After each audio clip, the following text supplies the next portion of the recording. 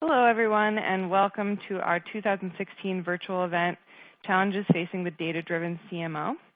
My name is Lauren Meyer with the Argyle Executive Forum team, and it's great to have everyone joining us today. I'm going to touch on just a few administrative details, and then I'm going to turn things over to our esteemed speakers.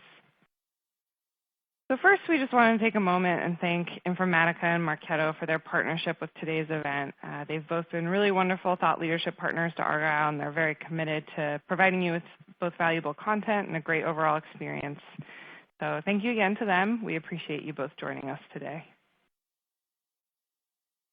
And we do welcome you all to stay connected during today's event. For those of you who are active tweeters, please use the hashtag DataDrivenCMO. You can also follow us on Twitter at Argyle Exec Forum. And if you want to join our LinkedIn group, please just search Chief Marketing Officer Forum on LinkedIn. And I also just want to take a moment to touch on our content neutrality policy, which we've curated over the years based on the feedback from our members. So we're very proud and protective of this policy as it reflects our commitment to ensure the neutrality and overall value of the content you hear at all of our events.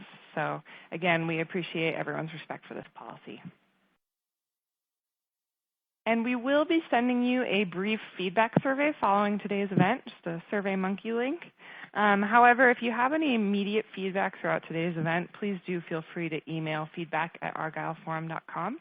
That feedback goes directly to our president and CEO. So again, we take all of your feedback very seriously and look forward to hearing your thoughts. We also wanted to take a moment just to mention some of our upcoming CMO forums this fall. We have a lot on the radar, and we'd love to see you there. We'll be doing an e-commerce forum in Los Angeles. We'll be doing a financial services forum in Boston. We'll have a CMO event in Toronto as well, and then we'll have a fall forum in Chicago. And then at the end of October in New York, we'll have our biggest digital marketing event of the year. So if you're interested in joining us for any of those, just let us know, and we'd love to see you there. And then finally, and really most importantly, we do encourage all of you to submit your questions for our speakers throughout all the content today. So at any point, please feel free to use that Q&A portal and submit your questions. And we have set aside some time after the panel to steer those towards our speakers. So without further ado, I'm going to hand things over to Franz Amann. Franz is SVP Brand and Demand at Informatica. And we're pleased to have Franz with us to deliver some opening remarks. Welcome, Franz. Hey, Lauren. Thank you so much. I really appreciate it. So Informatica is all about powering business with data, so no surprise that we at Informatica, from a marketing perspective, have been living a very, very data-driven lifestyle. And I'd like to just share 3 basic principles that have helped us and taken us to a level of data-driven marketing that we feel really good about. So wanted to share those tips and tricks and start with listen. And there's such a wealth of opportunity to listen to your customers and really pay attention to what's going on. And that really helps you when some big, loud executive comes into the room and shares an anecdote that totally moves the discussion into a different direction. When you have the data, then you can actually drive the discussion in the right direction. And I don't know what it is about for you, but hey, if I don't have data, then it's all about opinion. If in doubt, I prefer my own. So I have found that having data is a wonderful thing. Now, if you listen to your customers and you truly remember every single interaction with them, that can help you dramatically in your marketing and getting better responses. And I'm going to share a couple of examples for every one of the principles that I'm sharing with you. Uber is probably a very good example of listening really well and tracking everything. If you ask Uber what was ride number 1, customer number 1, where were they picked up and where were they dropped off, they can actually tell you. So I always encourage my team to do a really good job in instrumenting everything we do as a company. So instrument the product, listening to what customers are doing in the product, listening to the interactions on the website, every email response, everything. And of course, if you have an omni-channel experience that you deliver as a company, you have to bring all that together and you have to make sure that you truly know what's going on with your customers.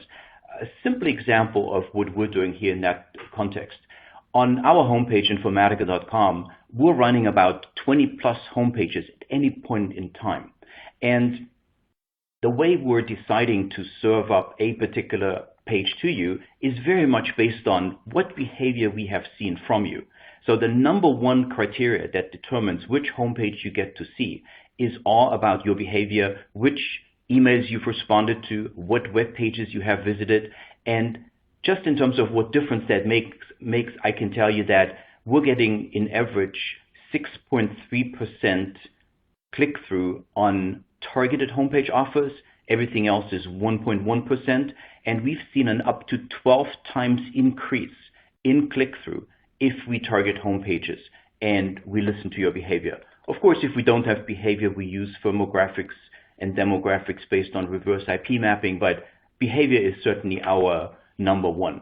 So listening to data, capturing data, doing a good job with that, that really is our principle number one.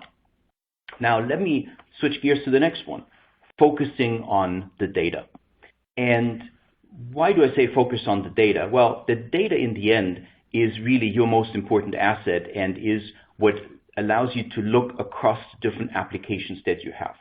And you have to not just capture it, but you have to have great marketing operations. I think this is the time of marketing operations really standing out as an organization that doesn't just deliver analytics, but delivers process and delivers a way of ensuring that there's campaign codes and all the taxonomy and all the various metadata that's required to do a good job in then ultimately connecting the dots. And if I look at organizations who, in digital marketing, for example, focusing incredibly hard on driving CPL down and delivering the best cost per lead from a paid media perspective, that may not be the right criteria. That may not be the right measure to go by. Because if you can tell that the leads that you're capturing in paid media at low CPL really drive revenue in the end, it isn't going to be that meaningful. So one of the things that we're doing when we focus on the data is making sure that we can connect everything that the organizations do and that they do in their different applications. And you all have seen this slide. And don't even bother with a magnifying glass. You've all seen the MarTech landscape slides, and this was started off by Scott Brinker in 2011 with just 150 logos on the slide. And now we're up to 3,500 and counting. So from a marketer perspective, there's always another app that you could potentially get. But I can confidently say that it's not going to be the next app that's going to differentiate you from a marketing perspective. It really is what you do with the apps, how you connect them, and whether you get that line of sight where you can say, oh, this person in that app is that person in the other app. It's actually the same person. And all the marketers, and this is from a Morgan Stanley research, they have huge problems integrating all the various different marketing applications. As a matter of fact, integration is the number one challenge. Yet, from my perspective, that is the most important. So focusing on the apps, not really the best focus. I think focusing on the data and making sure that you can connect the dots all the way from the top of the funnel all the way to revenue, that really is the key thing that, from my perspective, everyone should be focused on. Now, we know that there's a lot of silos getting in our way here. And this is not just technology silos, it's also organizational silos. And we have to overcome, from a CMO perspective, if you don't have that complete end-to-end line of sight, how do you make investment decisions? A really difficult thing to do. So some of the principles that we're using is we do integrate the products. Now, with most marketing applications being in the cloud, life's gotten a lot easier. There's APIs, there's REST APIs, there's a lot of technology. There's iPaaS as a technology approach, information platform as a service. That's something that made it into the MarTech landscape for the first time in 2016. And it makes life a lot easier because now you can easily connect the apps and share data between the apps. Taking care of the data and making sure that you can you have great data quality also requires you to master the data, making sure that you really understand that a person is at a site and part of a company. And we do all of that. So we also augment the data, and we do a lot to leverage the data quality and all the interactions, building predictive lead scores. And that's a good example where we have about 160 variables that are predictors for us. Only 20 of those are coming from our own data sources. So there's a lot to be said about augmenting with data from other sources. And the mastering really helps you identify relationships between people in a site, a company, and B2B marketing, but also relationships between people and products they're buying and things they're looking at. Now, the last point that I wanted to make is use next generation analytics. And in a data-driven organization, if you don't have analytics that are super agile and can answer some of the questions that you have, then that's just not a good place to be at. And we've early on taken a big data approach. Now, we don't have big data from a company perspective in terms of big volumes of data, but the way big data technology works has been an amazing boost to us. And we've taken a data lake approach where we're pouring all the data from the different apps into one data lake that sits on a big data infrastructure, and it includes everything from our marketing automation, our Salesforce automation, all the various marketing apps. Everything's coming together in one place. And because all of the data is there, and because we have great data quality to begin with, we can connect the dots in that data lake like nowhere else. And I do want to contrast that a little bit with a warehouse. We have also been using an enterprise data warehouse, but I can honestly tell you that moving to the data lake has given us so much more agility. And I'll show you really quickly just a couple of data examples and a couple of different use cases that we've been able to deploy within just 60 days.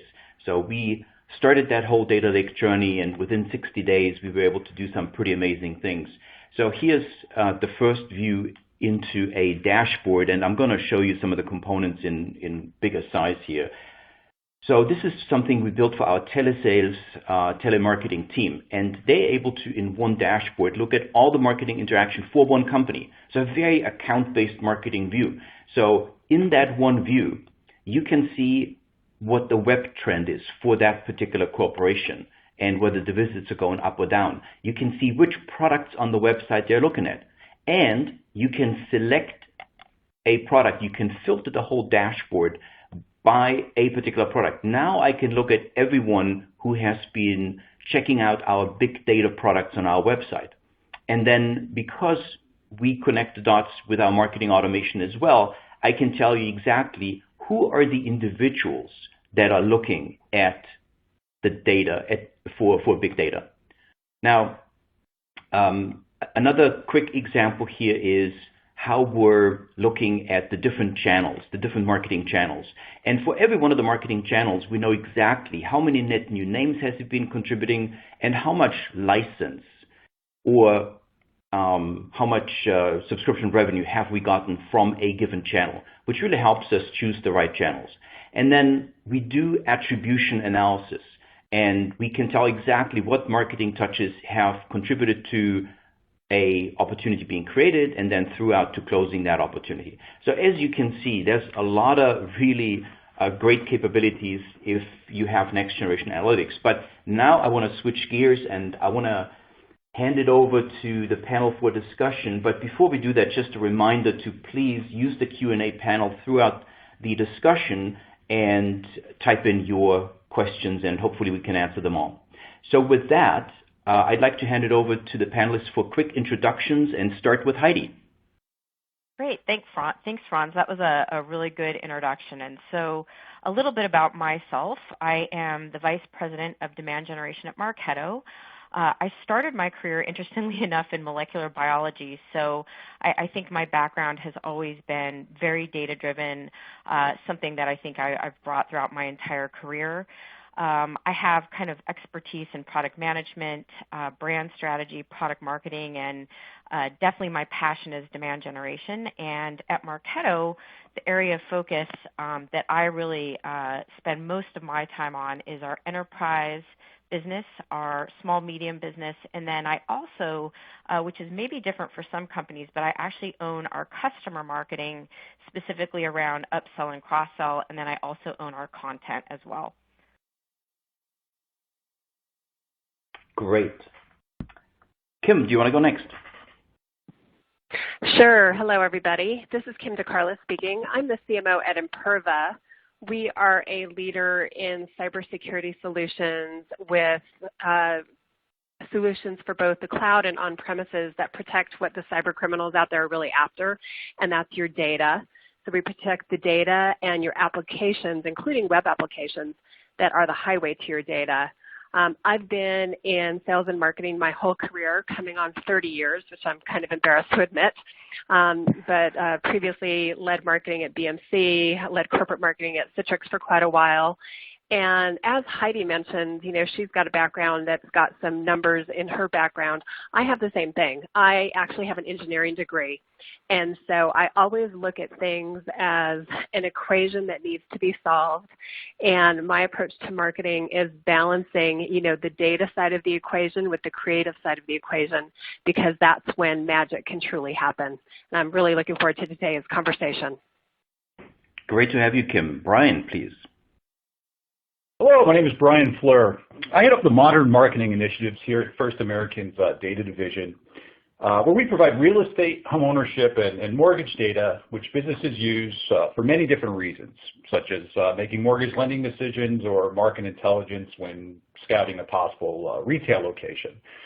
So what we sell is data, but how we connect with our target audiences and align with sales to drive leads is through data-driven marketing.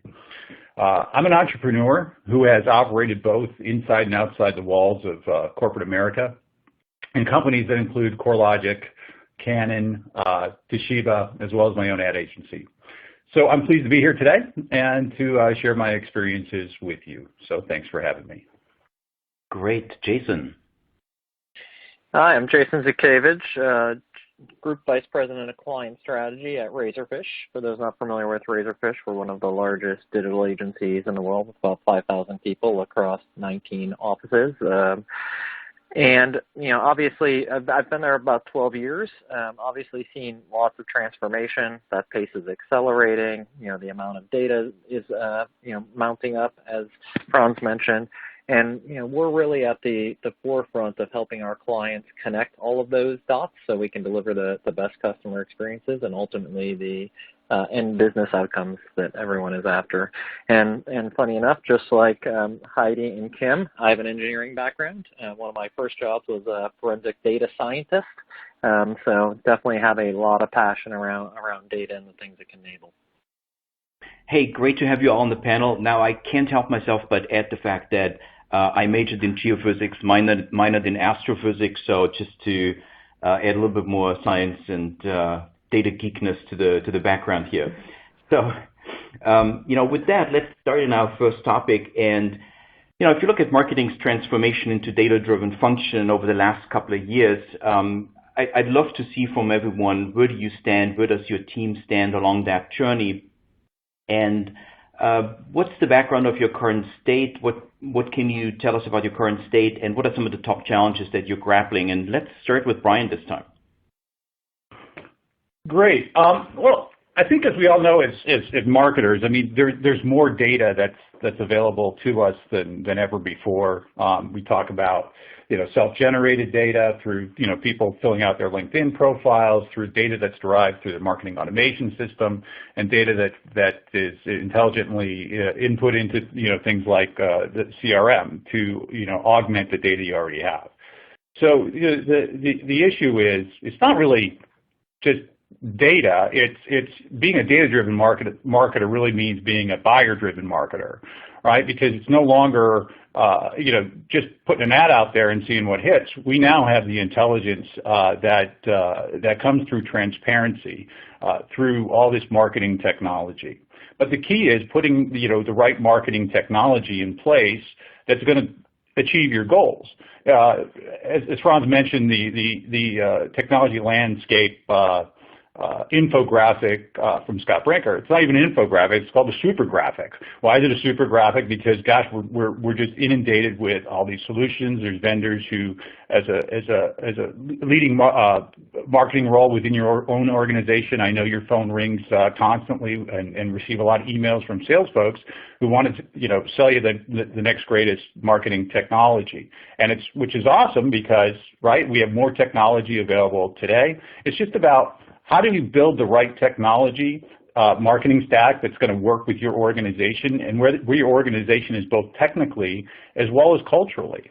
So, and that's one of the challenges that we all must balance is figuring out, if you build it, will they use it? And how will they use it? And how will it all integrate? And we've been pretty successful here in terms of building the right technology, bringing in the right training, the right processes to achieve what we're trying to all achieve, and that is this buyer-driven approach to marketing and of course selling and acquiring customers. Great. Kim, I know you're taking a very pragmatic approach. Right. I think you really need to assess where you stand on the spectrum of being able to use data effectively. And I would say, I try to simplify things into crawl, walk, run. And right now, my team is really at a walking phase, walking, pretty briskly, I will say. And we've gotten to that point rather quickly, and I'm very pleased with that. But the reason for that comes from the challenges of having access to the right data and something I know we are all familiar with, and that is the quality of the data. Because I can only get reports that are as good as what the system can generate, and that's based on the input from people.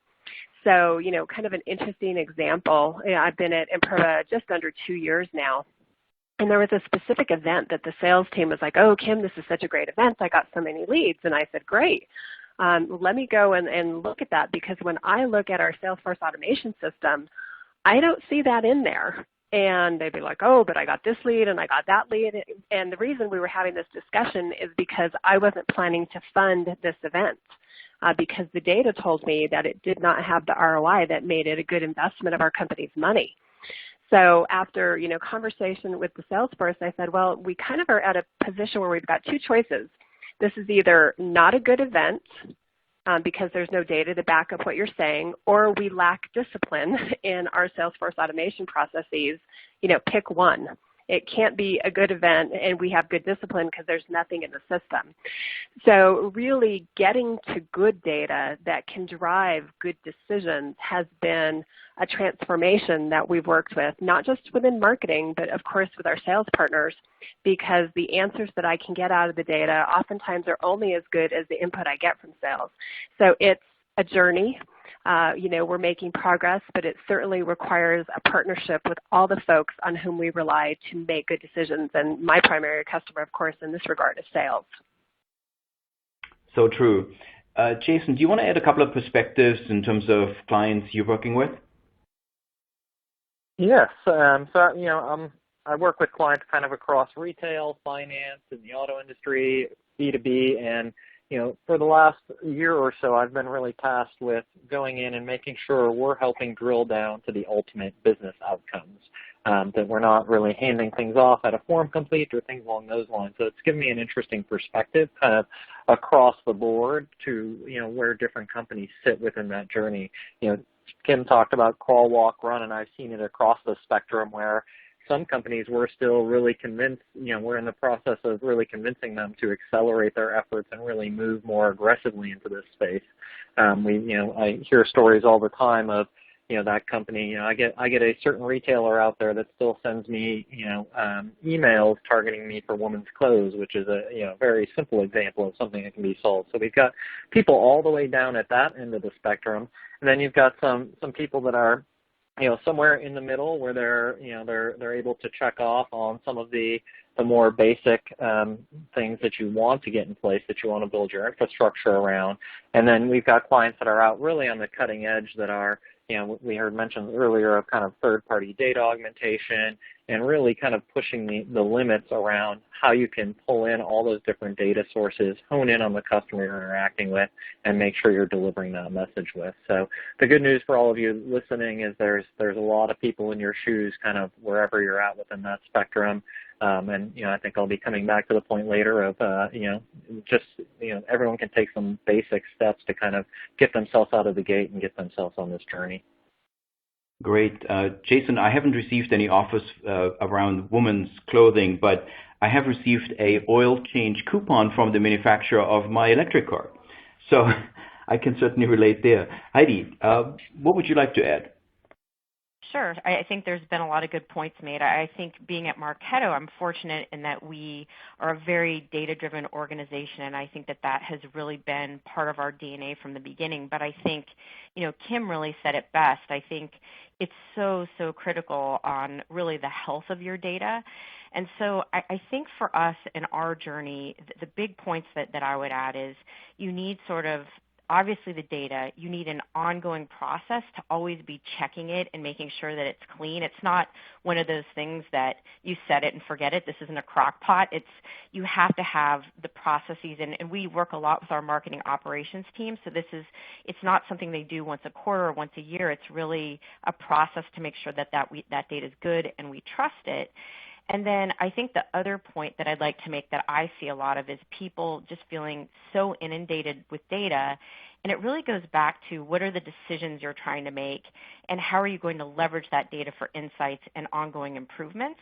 And to me, you don't want to collect data for data's sake. And I talk to a lot of companies, and I see this happening quite a bit, and it can feel overwhelming and confusing. And I'm sure for people listening, it's like, wow, there are all these tools and systems. And I just go back to keeping it simple. What are the business questions you need to be able to answer at the end of the year, quarter, week, and then make sure that you have the systems in place, and then obviously the processes so you have the ability to collect the data when it's needed. And I think we kind of stay true to those principles, and I'm certainly not going to claim that it's easy, but I feel that, again, simplicity is really important, and making sure that you really go back to what is the question I'm trying to get answered, not so much let's just collect data because it's interesting or trying to find interesting things in the data without first having a hypothesis. I think that's important.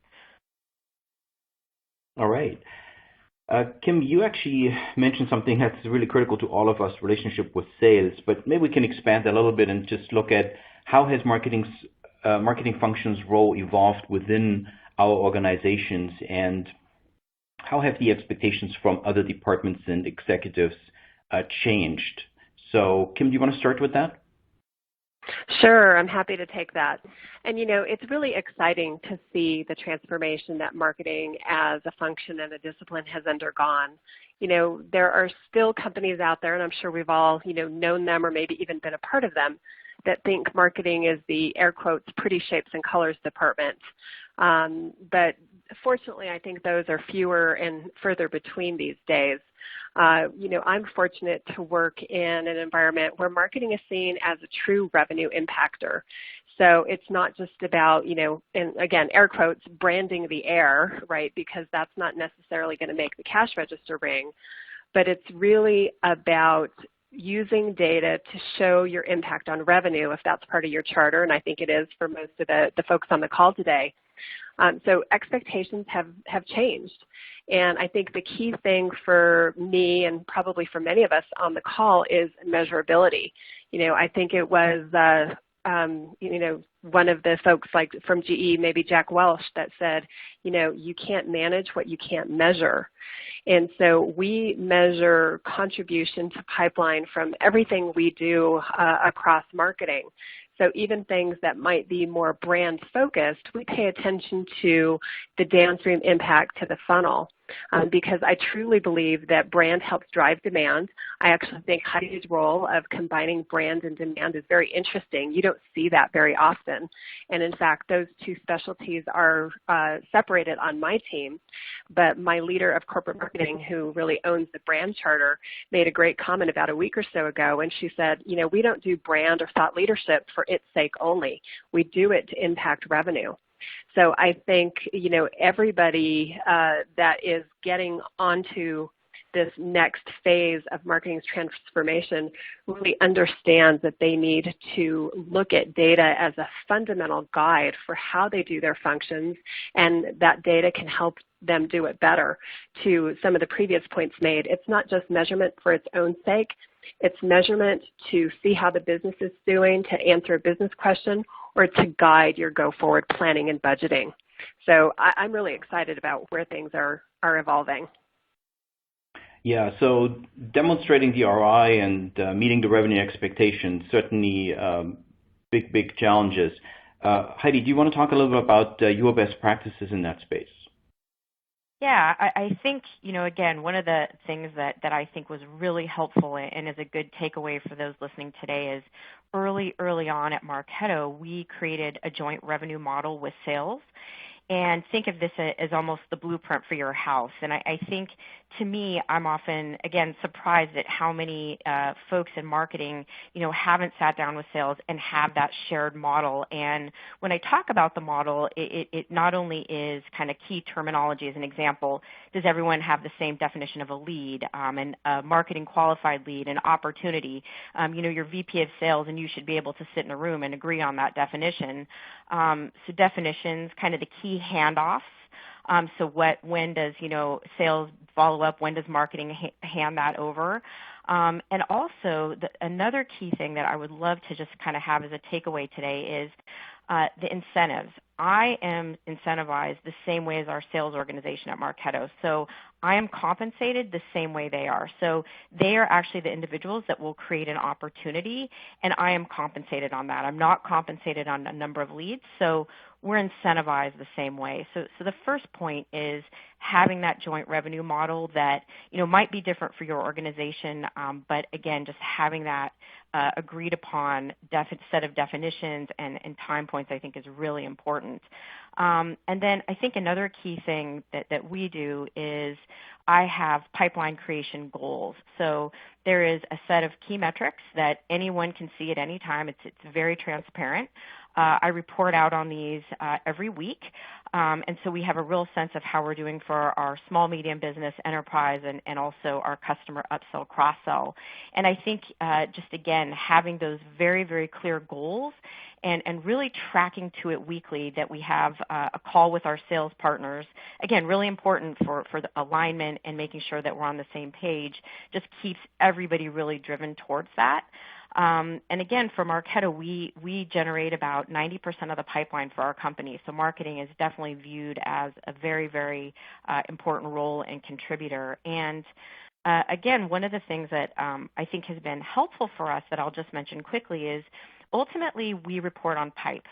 And we use what is called a pipeline to cost ratio for evaluating our channels and our programs. So for us, we ultimately like to see, you know, 5x pipeline versus the investment we make as a minimum.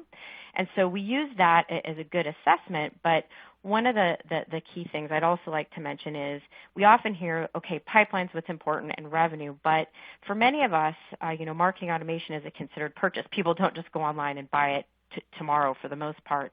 So I do encourage people to think about the right metrics for the different stages of their business. So yes, ultimately I report on pipeline, but that might be something that we see, you know, 1 month, 2 months in. But we are very, very clear when we first initiate a program, you know, maybe it's a content initiative with The Economist or something like that. We will look at, you know, what was the website traffic? What were the new names that we're seeing in target accounts, just as an example. So again, I think an important takeaway is pipeline is very, very important, but make sure you, as a marketing organization, have key points that you're looking at along the way so you can assess whether something is performing well or not, and then you can make those respective changes. So I think those are some of the key points that I would like to share with folks today that I think have been very, very helpful in our success. Wow, 90% of pipeline sourced by marketing. That's certainly the highest number I've ever heard. So congratulations. Yeah. Thanks. There's no pressure here. No. Hey, Jason, you probably have a couple of interesting customer examples in that direction too. Yeah, I think, a lot of it was covered off on very well by Heidi there. I think as far as the framework, one thing we always see challenges with is the goals and incentives that Heidi mentioned. So that is a great place to start, getting that framework in place. Otherwise, you'll have different people that are really aimed at achieving different things, and it's hard for them to really work together in a meaningful way. So that is a very critical place to start. There was talk of kind of governance around data before. We also see that governance works well in this area where you're able to really revisit that, bring together a cross-functional team to participate, and then further, in certain scenarios, we really organizing around the customer to some extent. So making sure there was a talk about measuring different things at different stages of the funnel. So really understanding that customer journey and then coming together as a team to build that framework around that overall customer journey. I mean, obviously the key for everyone there is to, we don't want to be siloed. You want to be able to, the customer should be able to navigate seamlessly, have a seamless experience. One area that we see that's lacking oftentimes quite a bit is the support channel. And in the B2B space, especially if you've got a large portfolio of products, that's one of your primary sales channels as far as being able to get people the support they need, at the same time kind of being able to inspire them about what other things you might be able to bring to bear for them. So making sure you're considering that kind of customer as you're looking at across these measurement frameworks and measuring for the right things. Cool. Jason, let me actually follow up on that. So looking at the customer journey is certainly great, but how do you see your clients also drive building the right infrastructure to support data-driven marketing teams? That's a good question, and it's an area where a lot of people struggle. The data is often in very disparate sources. It's hard to pull together. You've got the handoff between the systems. Sometimes as things go downstream, they're not able to make it back upstream to impact the customer experience. An easy example there is, maybe I've come through your website and I've submitted myself as a lead and I've been in contact with the salesperson twice, but when I get back to your website, you're not treating me any differently. So what we see a lot there is there's a lot of ad hoc processes in place. There's a lot of manual processes in place that are kind of bridging the gap as people pull together. You mentioned a data warehouse earlier, or kind of a customer service or a customer API that can really fuel the enterprise organization. But frankly, that is an area where a lot of the clients that we're working with still have a long ways to go. Mm-hmm. Heidi, you want to add something here? As far as how we, kind of repeat the question again, sorry. Yeah, sure. No, I mean, just in terms of how do you actually get to build the infrastructure for a data-driven team? I mean, I can only guess what you're using, so sure. Drinking your own champagne, so you're in a unique situation there. Yeah, I think there's a few things. So for us, I'll still highlight the point of simplicity. You kind of mentioned Scott Brinker's graphic in the beginning, and I think that's something that, for some of us, I don't know if many folks here went to Serious Decisions, and there was a lot of discussion around it. And, you definitely kind of see, okay, now it's the predictive tools, or now it's, the content tools. And I think for us, we kind of really hone in on four principles. And number one, as I mentioned, it's simplicity, because I just think at the end of the day, like, it's easy to just kind of try to take on too much, and that just can bog everyone down. But we go back to what are our business goals? And one kind of way that we've done that, and this was mentioned, is we kind of will map our customer journey and really think, about acquisitions, about retention, about advocacy, and then really kind of seeing where a certain technology can be helpful at each of those stages, and does it really address a true need? And so again, if you think about your customer journey or life cycle, start there with the goals, and then kind of see where different technologies for your business could fit in or help. We also, I will add two other things. I think it's critical to set aside a little bit of time to investigate these technologies because again, and I know that's a tough one because everyone's busy, but I have often seen that there's a solution that we might initially look at because at Marketo we really do our best to evaluate solutions quite frequently.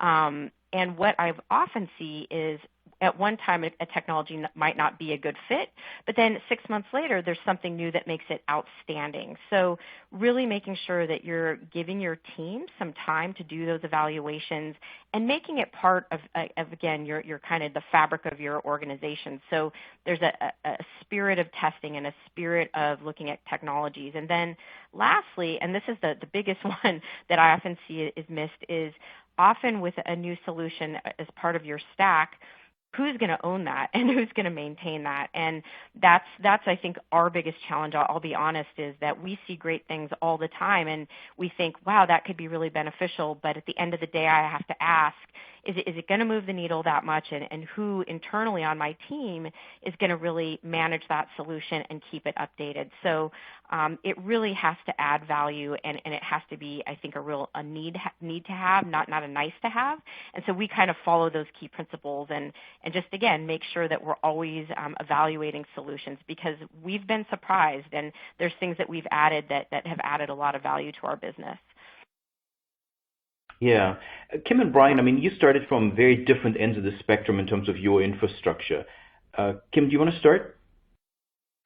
Sure. Well, it's interesting, Franz, because when people hear infrastructure, they think technology, and I guess I would submit that that's only part of the equation. Certainly when I started at Imperva, I inherited a decent technology stack, including some products that we were paying for that nobody was using. So to Heidi's point, you got to make sure you understand who owns it, what are you trying to get out of it. But the technology stack that I inherited didn't have the analytics capability. It was good at reporting, but what we really needed to do was make the transformation to what happened and why did it happen. So now on my leadership team meeting, which we do every week, the second item on the agenda is a metrics review, where we not only review the data, but we really talk about what's it telling us and why do we think that is happening? What does the data tell us about why do we think that's happening? But as I mentioned earlier, I really think that's only part of the equation. I think the culture is perhaps even more important with the technology. And by culture, I mean the mentality that everything needs to be measurable. So for example, on my team, every plan starts out with objectives. What are we trying to accomplish? And they have to be measurable. It needs to be how much by when, how many leads, how many opportunities, or what by when. When are we going to get this launch done? When are we going to get the sales tools done? Because you can have all the technology in the world, but without the owner, and even more importantly, I believe, without the mentality of measurability on your team, that's not going to solve your problem. So it's really important to ask people during the interview cycle about measurability to make it part of every interaction that you do cross-functionally. So for example, I do a demand stand-up once a week with everybody on my team, which is actually kind of fun. There's usually a lot of hooting and hollering and banging of gongs. But we don't talk about activities like I did an event. I kind of don't care. I want to understand what are the outcomes that we drove. And so now we've got a tenor and a mentality of let's talk about outcomes. Let's talk about opportunities accepted by the sales force because I have the same kind of rule as others, which is I don't call something an opportunity. Sales does. But it's really part technology, and I think even more so the culture and the mentality of the team. And I believe that starts from leadership. So a really important consideration, I think, for everybody out there is, don't just, talk about the tools, talk about the mentality and the processes and the people that you have to take advantage of those tools. Yeah, I couldn't agree more. We always say it's not just the technology, it's people, process, and technology. Brian, you started at a very different point.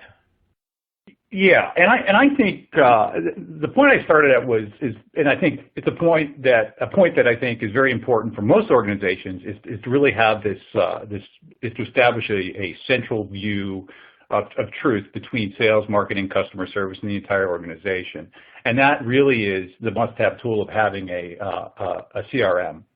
So, without a CRM, the organization is blind to the activities that occur around, prospecting and nurturing accounts, and then, managing the relationship with customers. So that was the first and most important thing, was to get a robust CRM. Now, as Heidi said, simplicity is really key. So, it's also, you want to look at technology as an enabler, not as something that's going to burden the sales process, especially, right? We want our salespeople to be leverage data effectively so they can talk to the right customers at the right time, and that really also feeds into the other technologies that you can consider that need to plug into your CRM. It's the most important thing is making sure that there are all these other tools. So when do they connect to your CRM, and at what point do you include the data that's coming from these other tools into the views that around an account within the CRM? So one of the things is we look at and get excited about marketing technology. I do. I mean, I'm fascinated by data and analytics and all the cool things we can do as marketers nowadays. But I have to be really cognizant of the fact that a lot of folks don't want to log into multiple systems. It's just let's use the one system that we can all look at and get a complete view.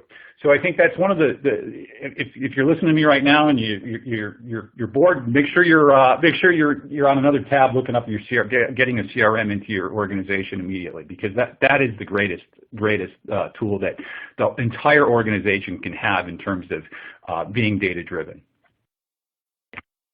All right. So let's switch gears a little bit and not just talk about the pipeline, but then the conversion of pipeline to revenue. So Heidi's been leading in terms of percent pipe sourced by marketing, but how many marketing organizations really help drive revenue from pipeline, and who helps there? Can you talk a little bit about kind of your measures, your goals, and how you're getting engaged in converting pipe to revenue? Yeah, great question. And I, again, offer kudos to Heidi. Such a great number. I'm doing the happy dance at Imperva because my team is contributing 33% of pipeline. And this is a fairly standard enterprise model where, a third comes from sales, doing their own prospecting and account marketing and so on. A third comes from our very important partner channel, and a third comes from marketing. So we absolutely, look at this every day. We look at what's coming through. We look to make sure that sales qualified leads are being accepted quickly enough. But I think the even more important point is looking at, once it's been accepted as an opportunity and assigned a value, is it moving? And then being able to trace back through the whole kind of waterfall to see what moves the fastest, what are the best indicators of conversion to revenue, and making sure that we heavy up on those various tactics and techniques. So on our team, we're very fortunate that we absolutely do look at this. We look at it daily. We have the ability to say this campaign really moved the needle, or this technique really moved the needle. And we do track all the way to closed won.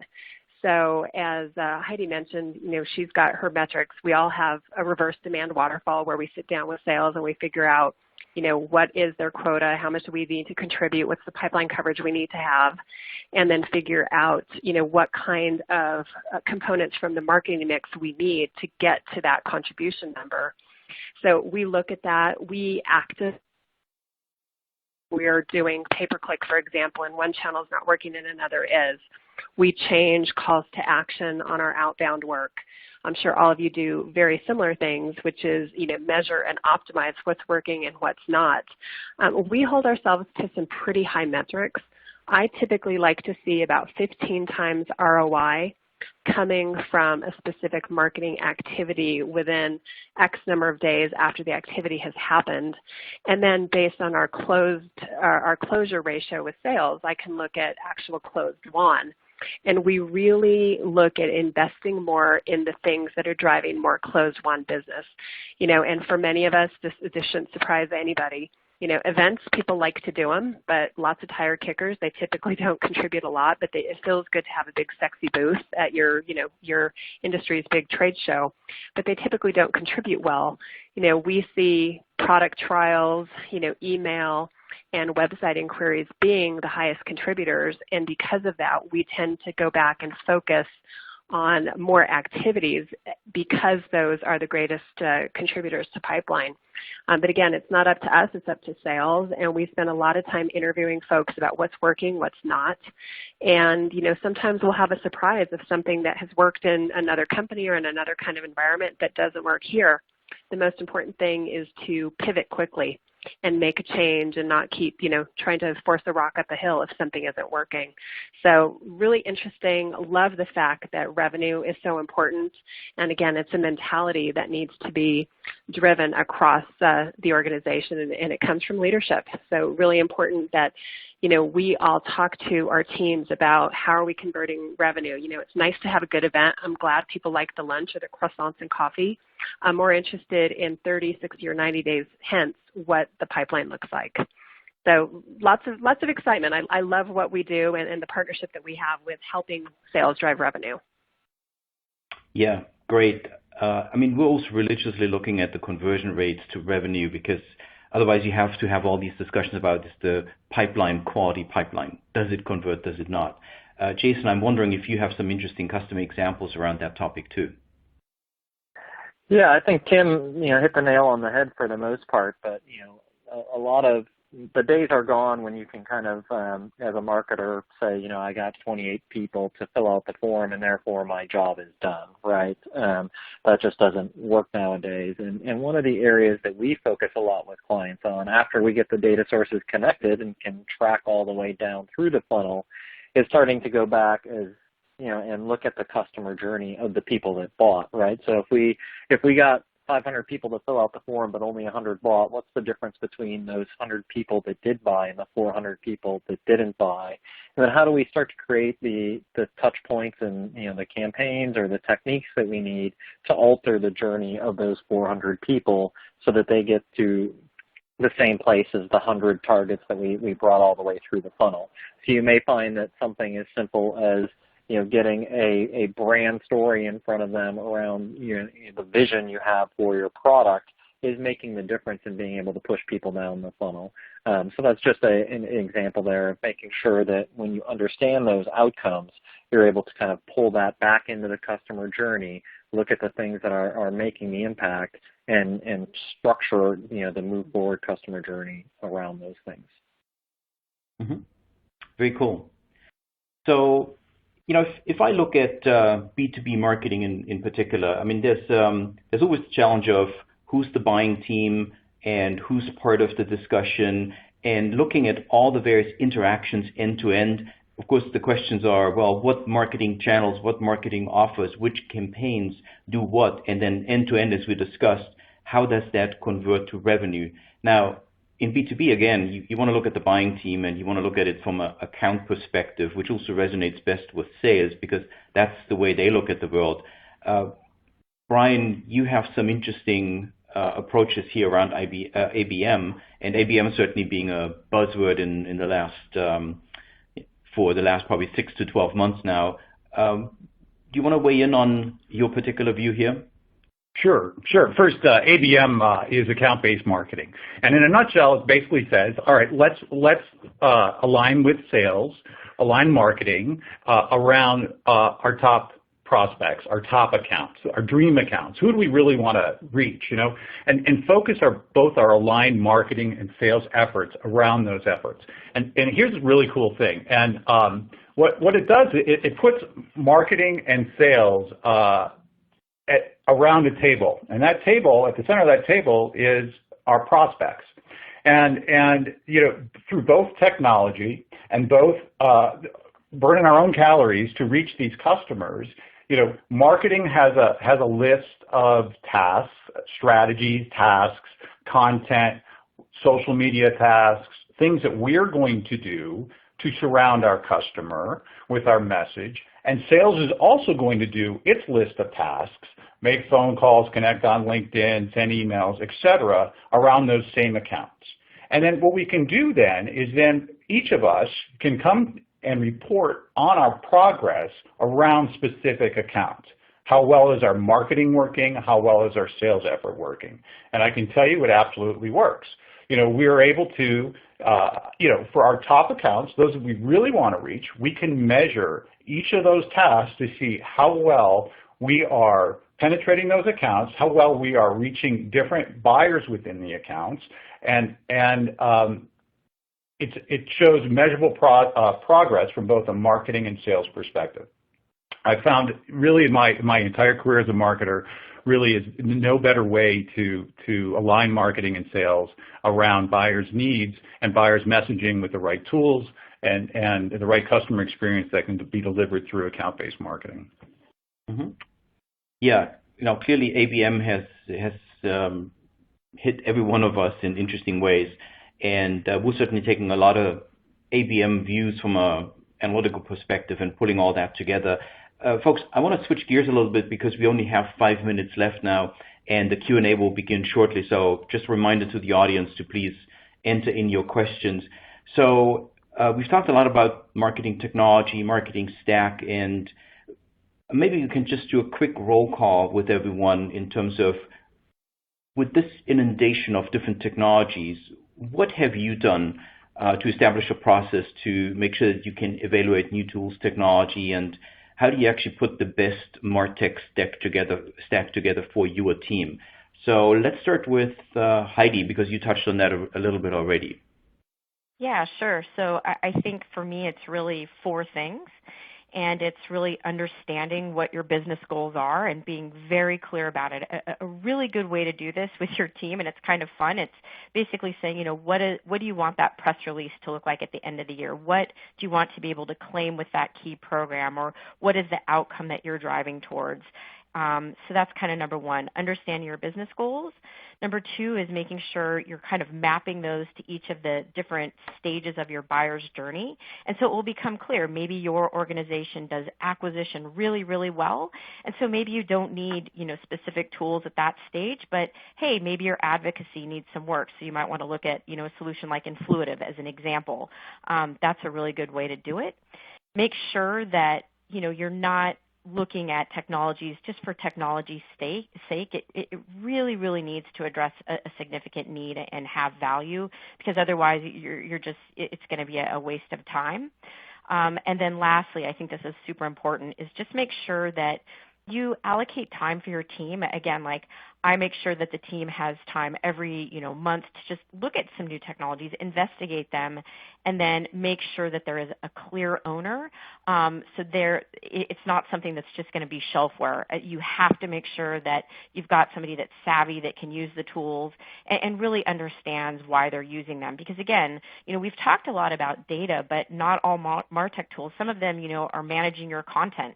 It might not necessarily have like a high data component, but the user has to understand why they have that technology and be very close to it. And I think those are some key principles that are really helpful. Great. Jason? I think being in the agency space, I'm fortunate enough that we have people on that have a job of doing this, just staying abreast of all the different things that are emerging there. So we have people constantly coming to us with, here's the new types of things we're seeing, or, this product now has this available. And then what we're able to do is kind of take those capabilities and look at them against kind of our portfolio of clients to kind of assess, is there a match between, the capabilities that technology is bringing to the table and a particular challenge or goal that a client's able to achieve. And then once we identify that, we're able to kind of create the pilot or the POC with that individual client to show that, yes, this technology can solve that business challenge in a meaningful way.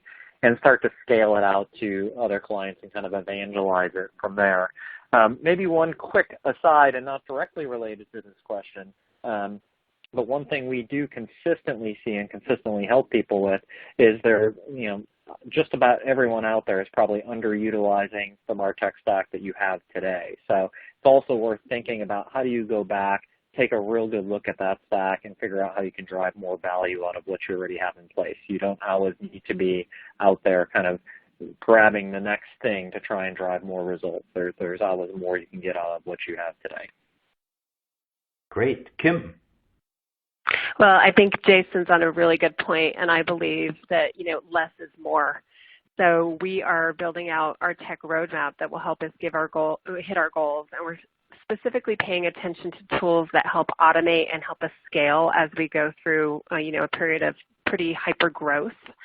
And this is done in conjunction between marketing ops. I have a great leader that's got a systematic way to evaluate the technology we need, and it's done in conjunction with IT. But I'm not looking for a cool feature or two. In fact, I think there's huge opportunity for consolidation in the industry of MarTech tools, and that is long overdue. I'm looking for a few tools that hit 80% of my needs, not the latest cool technology, because I've got to be smart and, again, guide my team with the less is more mentality. All right, and Brian. Well, I think the team has done a great job summarizing it. But meeting goals is really the number one thing. And in terms of as a marketer, I think it is very important to keep your knife sharp, because there are a lot of very interesting technologies out there. And, I think it is important to dedicate a little bit of your time, no matter what your role is, just kind of looking at some technology. I'm passionate about marketing and marketing technology, so, I probably spend more time than many. But it is really amazing what technology and data is doing to improve the entire marketing and buying process and selling process. Great. Thank you all so much for sharing your experiences and your backgrounds. And with that, I'm going to say thank you, everyone, for listening and handing it back to Lauren. Wonderful. Thank you, Franz. And thank you to the panelists. That was a great discussion. So we are going to take this time to just review some of the questions that have been submitted. And if anyone has any additional ones, please feel free to submit them, and we'll try and get to them. But one of the early questions that one of our listeners submitted was, given Gartner's old prediction that CMOs will outspend CIOs on the IT budget by 2017, what are your guys' thoughts on this prediction? Is it true? Was it, all hype? What do you see kind of being the prediction moving forward now that we're almost to 2017? So maybe, I know, Franz, you did most of the question asking during the panel, so maybe do you want to kick off and share your thoughts on this? Sure. So certainly that whole prediction, it strikes me that there's some truth to it, and that'll be different in different industries and different marketing organizations. But if I just look at my organization and the choices we made as a marketing organization, I feel that marketing is becoming ever more technical, and we have actually put substantial dollars into technology and technology upgrades above and beyond what we had planned, because we see the technology, particularly around analytics and data lake and data quality, really making a difference to us from an outcome perspective. So as long as I can justify it, I can also justify putting more dollars in. And I've run into a lot of problems with IT just not having budget, IT having very little discretionary space in their budget, and that requires us from a marketing perspective to lean in more and make sure that we're getting our money's worth. So I think that we're living what Gartner's been predicting. Perfect. So let me, if I could, this is Kim, I'd love to jump in on this one if I could, because I have some passion about this Gartner statement. And quite frankly, I don't want to spend more on IT than IT does. My job is marketing. And, I think we should not lose sight that technology is the answer. It's people, process, and technology. And, if you think about what it means to spend money on IT, it's about infrastructure and servers and ISPs and security. Quite frankly, I don't want that responsibility. I want to partner with my IT team and let them spend the money on the technology I need and help me support it. I don't want to become a shadow IT department. I want to run marketing. So I don't like the statement. I think it was a big hypey statement that may be true in some organizations. But I think that if we start thinking that that's really true, then we might be losing sight of what it is that we need to do as marketers, and that is combine the great content and creative with the technology to make magic happen. Yeah, Kim, this is Franz. Let me just jump in again because I do want to clarify something. While we have been putting more marketing dollars in, we've actually been spending them with IT. So I couldn't agree more with you that it's got to be a partnership with IT. And it's not something where I would recommend anyone in marketing to run shadow IT. So I wholeheartedly agree with that point.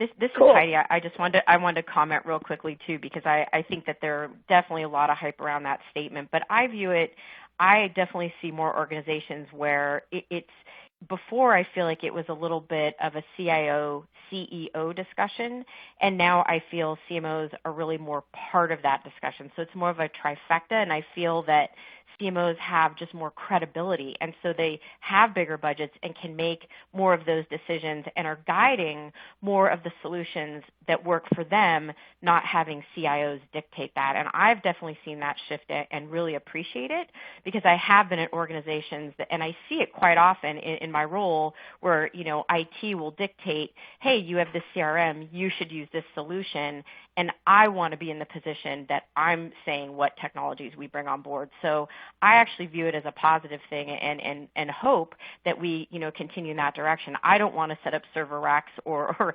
understand that either, but I do want the credibility and the power to have the decisions to bring the technology on that I want.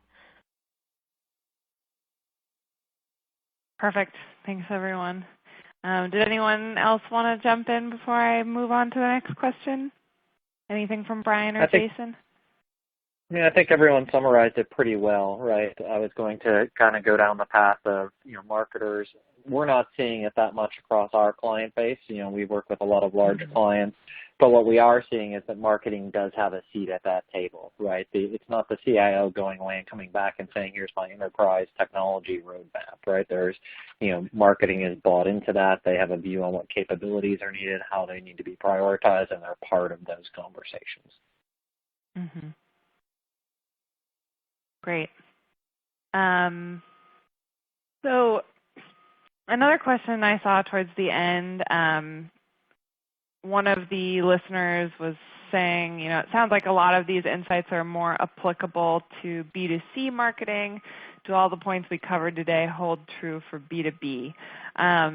So maybe Kim or Heidi, you could jump in and talk about maybe some of the key differentiators between the B2C versus the B2B kind of topics we've talked about today, and any take-home messages surrounding kind of the key differentiators there. Sure. This is Heidi, and I can start. I think a lot of what we've discussed has been pretty heavy B2B.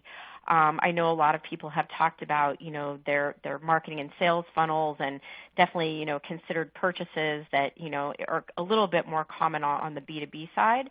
But I think a lot of the principles that we've talked about really hold true for both. And I think if, I could summarize, I think what everyone has really echoed today is, not really letting data or technology kind of overwhelm you, but just starting with, your particular roadmap, your goals, and definitely leveraging, your team really and processes, and then having technology be kind of an added benefit to really making decisions. And I think that's really true whether you're at a consumer company or a B2B company.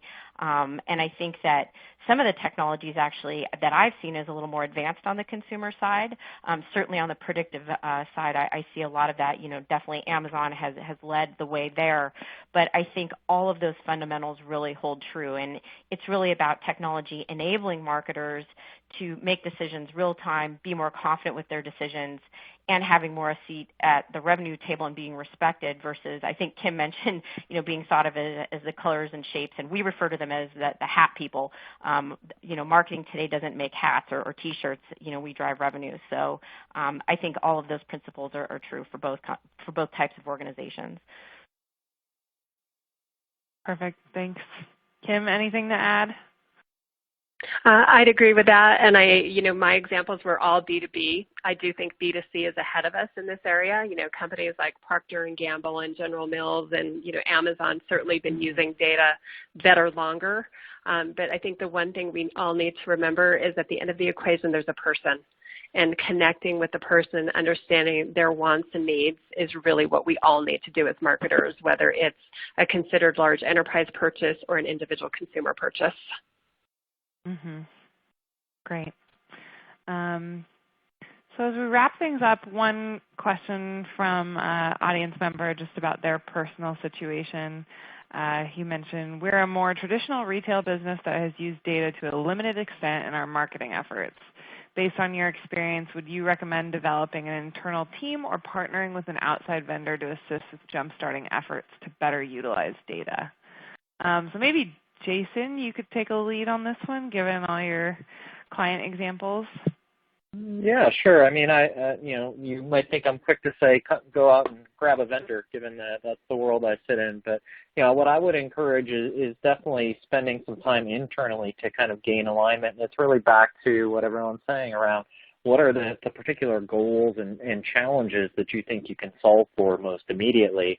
And then once you identify those, you may be in a position to engage a vendor to help you solve them, or you may need a vendor to come in and really point you in the right direction of what are those opportunities. But I would say definitely spend some time internally to understand kind of, where are the pain points, where are the challenges.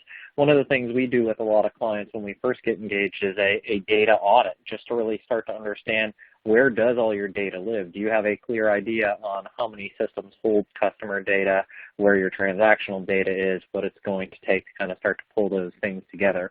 So there are things, if you don't have the budget to go out and bring a vendor in immediately, that you can start doing internally to rally the troops, so to speak. And then to the extent you need to pull in a vendor to help support you, we'd be more than happy to do that. And anyone else want to add in on this? Maybe Franz want to contribute Sure. your thoughts? Yeah, this is Franz. Happy to. One of the things I would recommend is look at the skill sets you have and look across the different organizations. Doesn't necessarily have to be someone in marketing, but pull together a team where you feel the skill set is really right. And if you don't have the skills, also talk to external folks and use forums like Argyle to just learn as much as you can. And particularly if budget is a pressure, then network with your peers. There's so much out there now in terms of blogs and everything that's going on to learn from. And then there's simple tools available to also do data audits and profiling. And there's even a lot of things that are cloud-based and very low price if budget is a pressure. But put a skilled team together, start with that, and off you go. Mm-hmm. And then one last kind of whimsical question before we close things today. Given all of your background and pretty data-heavy, science-y majors in college and graduate school, do you think that marketing is headed in a direction in which you guys are going to be on the lookout for, undergrad degrees from the same, more science-focused degrees? That was one of our last questions. So does anyone want to hop in on this one? Yeah, this is Franz. We actually have hired some statisticians and data scientist types and so on and so forth, but creativity is important too. It's got to be a good balanced mix, right? Yes, you have to have a data background to justify some of the art and creativity, and I have both the technology infrastructure and the brand and creative side on my team, and if you put the two together actually make the magic mix. So got to do both. Anyone else want to chime in? Sure. This is Heidi. I'll just add quickly. I mean, we basically in hiring look for, is somebody, are they just a good thinker? Do they have good critical thinking ability? I don't necessarily care what somebody's undergraduate degree is. I'm a lot more interested in, their critical thinking abilities, their passion, their ability to want to work hard. And I think a lot of those things hold true. And I think, it was said well earlier by Franz, it's like you do need a combination. I think that, if you have all creative people or all data-driven people, that's going to, lead to kind of a weird swing, and it's all about balance. Great. It sounds like Jason was about to say something as well. Yeah, something similar. I mean, I think, when I think of it, it's two different capabilities sometimes, and those two capabilities need to work together. So, the data team and data analysts, they may be able to identify some insights that they can feed back to, the creative and marketing team to really, actualize kind of the opportunities and insights that they're seeing, drive results on it.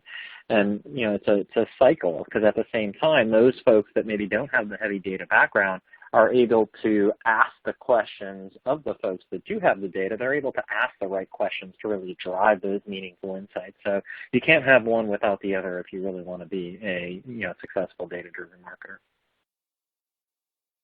Great. Well, thanks so much, everyone, and thanks to the audience for taking some time to join us today and submitting your questions. Really appreciate all of your time, and certainly appreciate all our speakers sharing their insights today.